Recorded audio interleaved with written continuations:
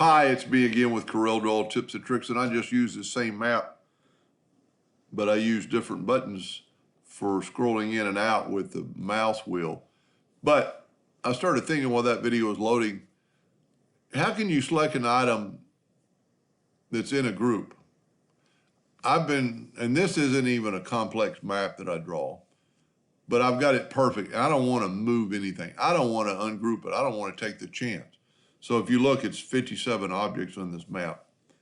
But if I wanted to, and remember the control and the shift key coming up, if I wanted to select these three mile markers, and I just realized that this one is a lot thinner lineage. I need to do that before I print it.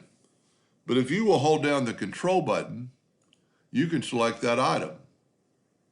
But if you go over here, you get that item. So just like any time with the shift key, if you hold down the shift key, you will select all those items.